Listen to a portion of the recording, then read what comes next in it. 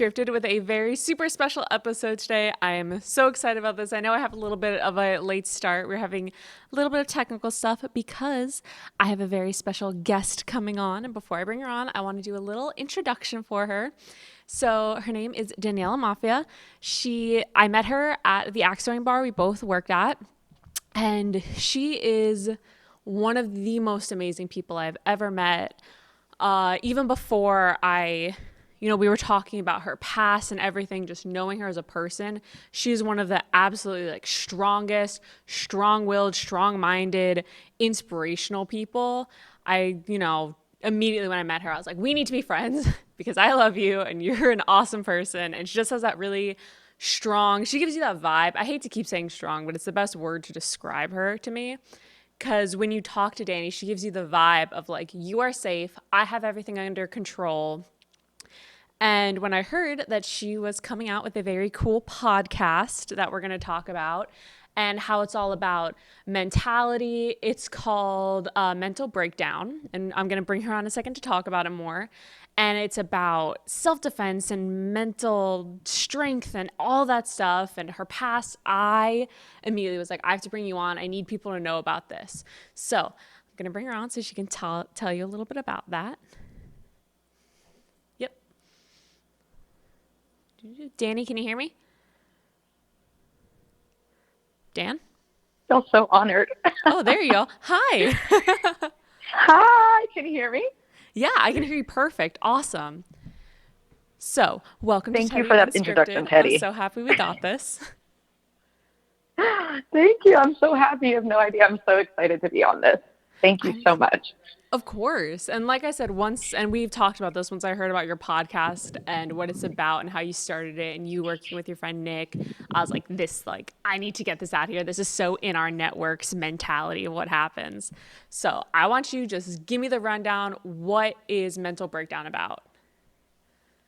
All right. So basically the podcast that I'm trying to start, first of all, it's kind of a play on words. So when you think of a mental breakdown, you think of somebody having a mental breakdown. Yeah. And then kind of us mentally breaking situations down, what's going on in the brain. I work with this guy, Nick Davenport. Mr. Mental Muscle is what he calls himself. He came up with something called cognitive conditioning, and how he trains so at American Top Team, he trains a lot of the UFC fighters, a lot of the top elite guys. And that's actually how I met him, because I was involved in martial arts. And I saw the work that he was doing, and he knew I was into shooting and self-defense, and he wanted to implement some of his drills and things like that. Because what it is learning to train the brain. I'm a very emotional being. So when things happen, I get emotional. I think we all do. Yeah. But it's learning to train the brain under high stress situations. So he puts you under very high levels of stress, and he times your reaction time. He basically trains you on how to react logically, adequately, rationally, you know what I mean, in a matter of probably 2 seconds or so. And I've been through quite a lot of things in my life. Yeah, and we I'm sure there's just people started out there. talking about that, Yeah. and I was like, wow, I had no idea. Yeah, it gets real deep. So I'm hoping to kind of reach out to people. I want to be raw and real. I want to talk about things most people don't want to talk about, because I feel like they should be talked about, because I think in this society, we kind of like to, a lot of people like the status quo, and, even especially men, they have to stay real quiet and strong. Yeah. And they don't really have that emotional outlet. And I feel like this podcast, I get to bring people on and they get to talk about things when they're ready to talk about them. So yeah, that's basically the gist of it. And we're going to go over everything: self-defense, martial arts, situations people have been through, down to just funny things, just talking all kinds of different things. That's pretty much what I want. Yeah, that makes sense with everything, because I remember when I first met you, actually before I met you, when one of our other coworkers, Katie, was telling me about you before we worked together, I was always told, Danny works on Saturdays because she's the best person. This is, before I knew any of this. She's the best person under stress. She's the best person to work when it's crazy busy. And then when I started to meet you and we've worked together through some very strange situations, you're always the easiest one to go to. There's never a like, I don't know, what do we do? You're always very solid, calm. You know exactly what to do. And now it makes sense that I'm talking, Dawn, I'm doing what you did. I'm like talking to the speaker. I'm like, yeah. It makes sense with what you do because you have been training with him to do those split second decisions. And it's always a logical thing. It's like your brain is firing faster to go through all the options, which is incredible. That's the thing. And like, people don't realize when they first see it, they're kind of like, cause he works with these lights and you see it and you're just like, I don't understand. That's the thing. We all don't understand, even when we're under stress and when we have anxiety and depression, the brain is firing, it's giving off signals, you know what I mean? And Yeah. what helped me come from helped me have just more of an approach to like dealing with things like depression and anxiety, because I go through those things. Like I stay pretty cool under situations, but I've had to learn to be that way, So Yeah. when I learn about what's going on in the brain, like the actual mental breakdown of things, it's helped me cope. And I think that's what a lot of people need, you know what I mean? Because we're not taught that. They don't teach us that in schools. Oh, You know what I yeah. mean? Like that's what they should be teaching. They would be so nice. I know that some schools now are teaching yoga and meditation, but even that little bit, I mean, I saw some of the videos that you guys post and it's you doing like different side lunges and you're yelling out colors of lights that you see. And it's things that it doesn't make sense to me how it works. But at the same time, like, oh, okay, like hand, eye, you're seeing it, you're saying it, things that I never would have Yup. thought of. It's, And honestly, schools doing that, I think that's absolutely incredible because meditation completely changes the neurons in your brain. It's yoga and meditation are incredible. So I actually didn't know that they're now implementing that. So I think that's absolutely incredible. yeah, And I've met a few I mean, teachers at private schools who do it. It's really nice. yeah, that's incredible. That's what kids do need because, especially like us millennials and forget what other names they call everyone, but we need these outlets. We're moving at a faster pace in this society now. And, we're very technology driven, which is amazing. But I also know, like social media, it's like a love-hate because it can bring out the best in people and it can bring out the worst in people. And I want people to realize like social media really is just a highlight reel. You know what I mean? It's really not real life. To an extent, like it's not like unless you find people, and I like that. I like pages that talk about like real things, and I want my page to kind of be that. I want people to hear a story that I would have went through. I actually posted one, which I know we talked about, which and I if got you some want to amazing share, I would feedback. love for you to share that so people can understand that this isn't, like you said, social media is a highlight reel. It's you can control exactly what you want people to see. And that's something that not many people are going to post out onto social media and a public page and be like, here's me. This is what I've been through. Oh, yeah, absolutely. Very dysfunctional family. I mean, look, my family, they are great people, and of course, speaking out, I was like, ooh, I don't want to give anyone the wrong impression. But at the same time, these are my life experiences. These are things I've gone through.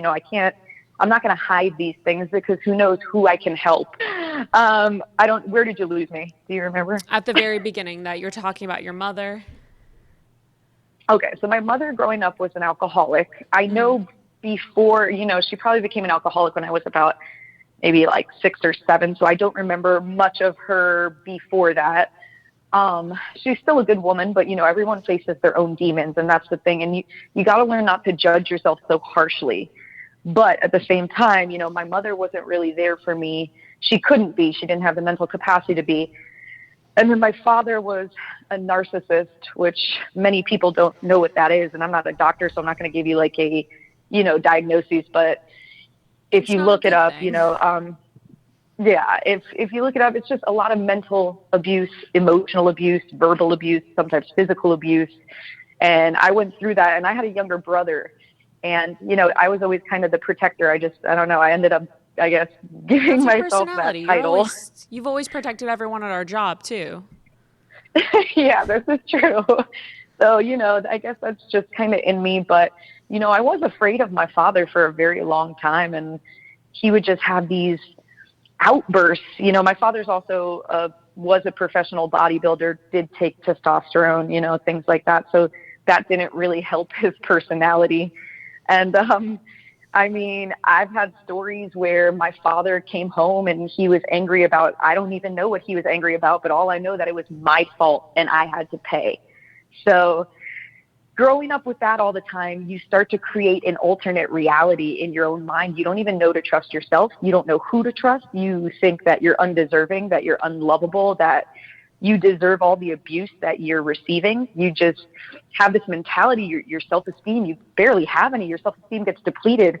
All you know is Jeez. that this person's angry and I got to pay for it and I probably deserve it. Now, mind you, I'm a kid, Yeah. so but the story that I did post was there was one time my father, who knows what he was angry about at the time, probably anything. He could have been angry about the wall being there. Um, he had me back into a corner of a closet, and I think I was just so mentally, physically exhausted, just emotionally abused.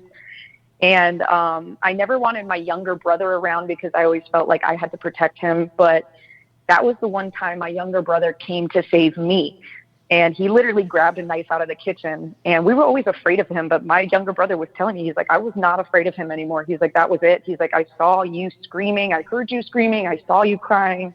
I was almost in the fetal position. So my younger brother came out and he tried to protect me. He grabbed the knife. My dad ended up just laughing at him, and I guess just thought that he was like so ridiculous that he just like, it was just no longer fun for him anymore. You know what I mean? Not that my dad is Yeah. that sadistic, but when you're in that fit of a rage from whatever is going on in your brain, that's the part of the mental breakdown. Like, we get to break down what is going on in their brain at the time when they're having a fit like that, Mm-hmm. and you understand more.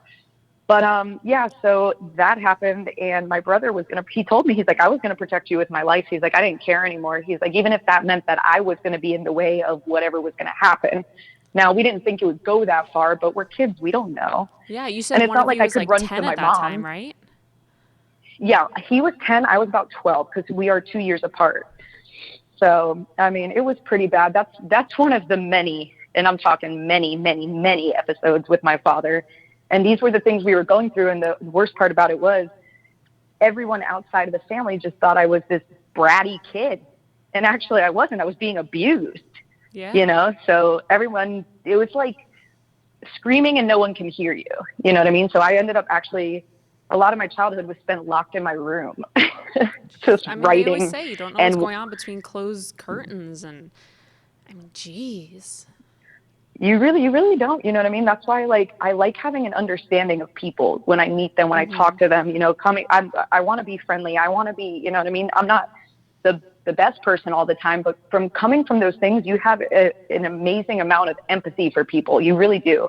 It teaches you compassion. It teaches you to be more understanding, but you have to be careful because you may want to be too understanding, and then you get into a relationship with someone that emulates that, which I've gone Mm-hmm. through, and you want to understand them and you want to fix them. You got to make sure you're not the fixer, because unfortunately, can't fix anyone. You can fix yourself, but Yeah. you can't, like, you can't control external forces. You can only control what's inside of you.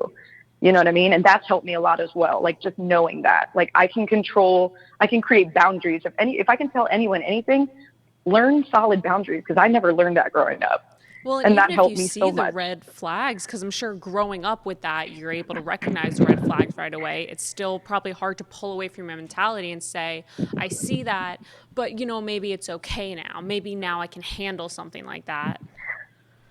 Yeah, and it's funny. It took me probably like 29 years before I could figure out because so supposedly when you're being loved one minute and hated the next and loved one minute, your brain goes into something called cognitive dissonance because it can't handle the two different realities.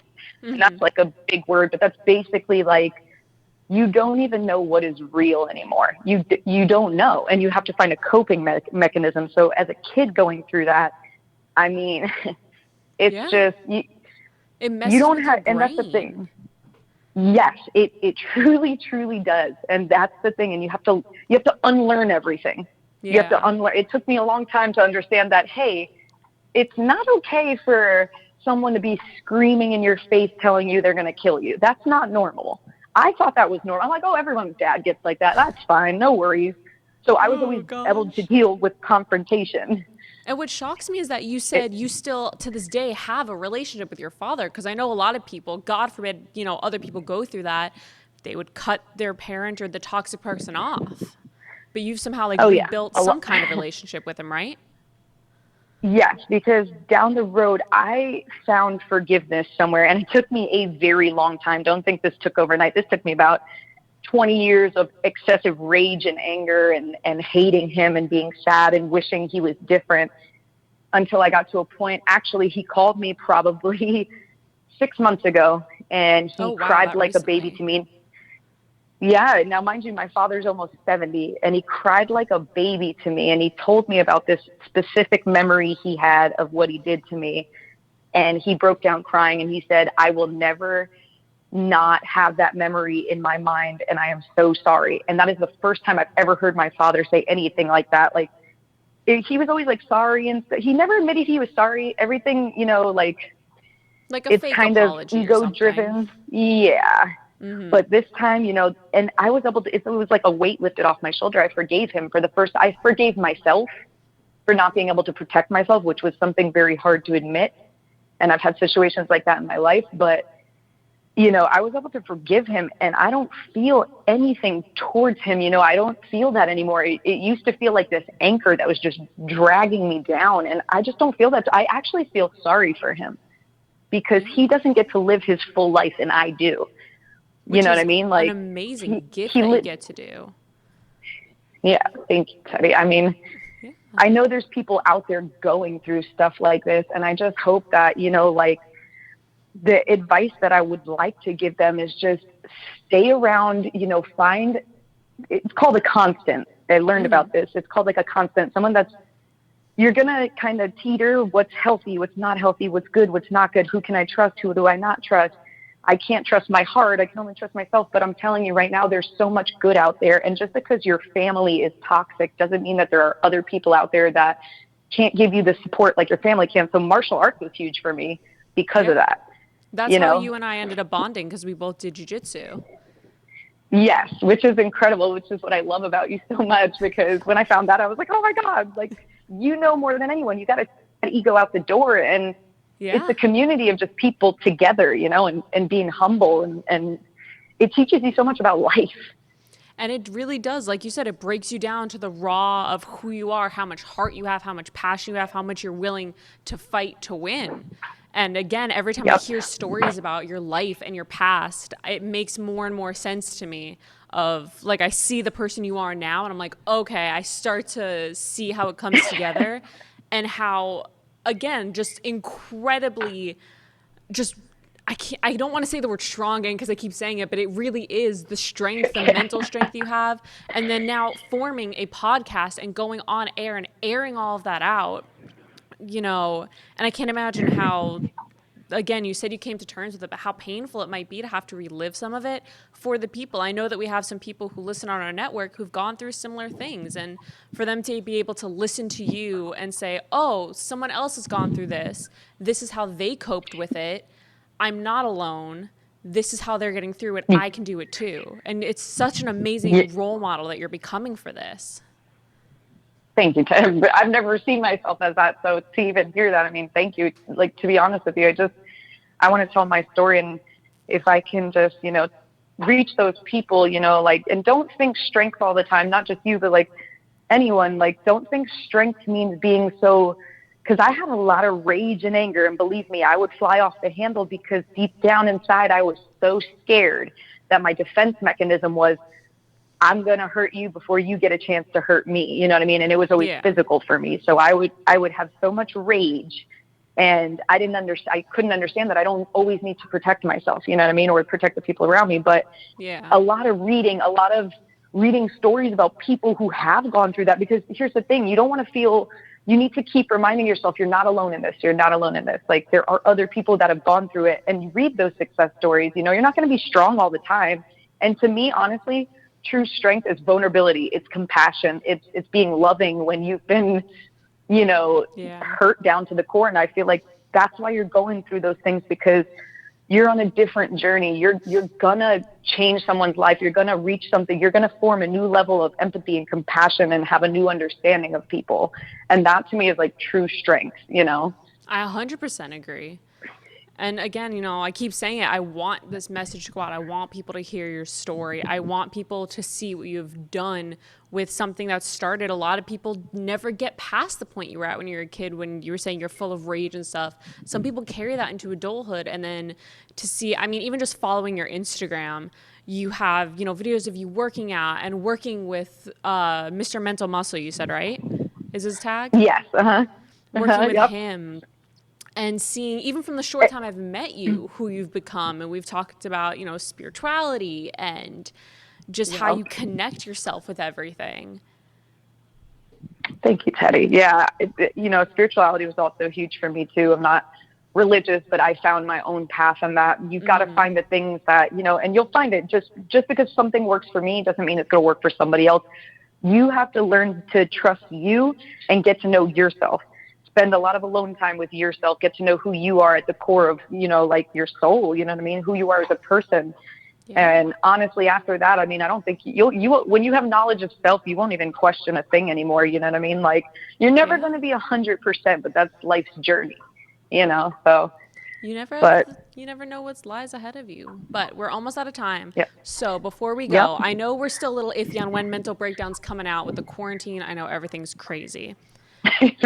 But I'm going to bring you back on when you know it's coming up so we can get a date out there for you. But I want to put your Instagram handle out there because I know that's where you're giving a lot of information for it. So if you want to give that. Yes, please.